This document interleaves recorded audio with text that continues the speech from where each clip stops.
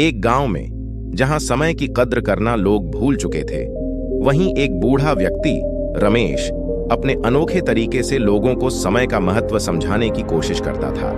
रमेश हर दिन सुबह जल्दी उठता, अपने बगीचे में काम करता और दिन भर गांव के बच्चों को कहानियां सुनाता। एक दिन गांव के एक लड़के अजय ने रमेश से पूछा, दादाजी, आप हमेशा समय की इतनी बात क्यों करते हैं? रमेश मुस्कुराया और अजय को अपने साथ बिठाया। रमेश ने कहा, बेटा, समय सबसे मूल्यवान संपत्ति है।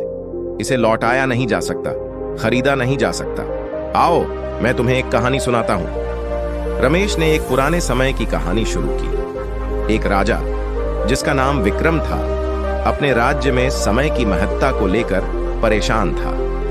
राज्य में लोग समय की कद्र नहीं करते थे, जिससे राज्य में बहुत सी समस्याएं हो रही थीं। एक दिन राजा ने अपने मंत्रियों से कहा, हमें किसी तरह लोगों को समय का महत्व समझाना होगा। मंत्रियों ने कई सुझाव दिए, लेकिन कोई भी उपाय कारगर नहीं लगा। अंततः एक वृद्ध मंत्री ने राजा को सुझाव दिया कि वह राज्य में एक विशेष घड़ी स्थापित करें जो समय की महत्ता को प्रदर्शित करे। राजा ने सहमति दी और एक विशाल घड़ी बनाई गई जो राज्य के मुख्य चौराहे पर स्थापित की गई। इस घड़ी का एक विशेष गुण था, यह हर घंटे एक प्रेरणादायक संदेश सुनाती थी, जिससे लोग समय की महत्ता को समझ सकें। धीरे धीरे लोगों ने समय का सम्मान करना शुरू कर दिया।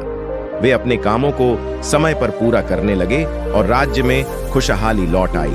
रमेश ने कहानी समाप्त की और अजय को देखा।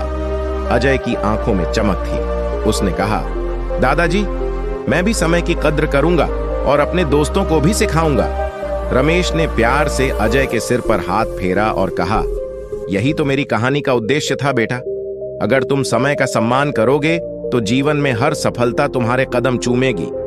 इस प्रकार रमेश की कहानी ने अजय और गांव के अन्य बच्चों को समय का महत्व सिखाया और धीरे धीरे पूरे गांव में समय की कद्र बढ़ने लगी। गांव फिर से खुशहाल और समृद्ध हो गया। संदेश: समय का सही उपयोग करके हम न केवल अपने जीवन को संवार सकते हैं, बल्कि अपने समाज को भी समृद्ध और खुशहाल बना सकते हैं। समय की कद्र करें और जीवन में सफलता प्राप्त करें। यह कहानी न केवल बच्चों को बल्कि बड़ों को भी समय की महत्ता समझाने का एक प्रयास है। इसे सुनकर और देखकर हर किसी को प्रेरणा मिलेगी और वे समय का सम्मान करने लगेंगे।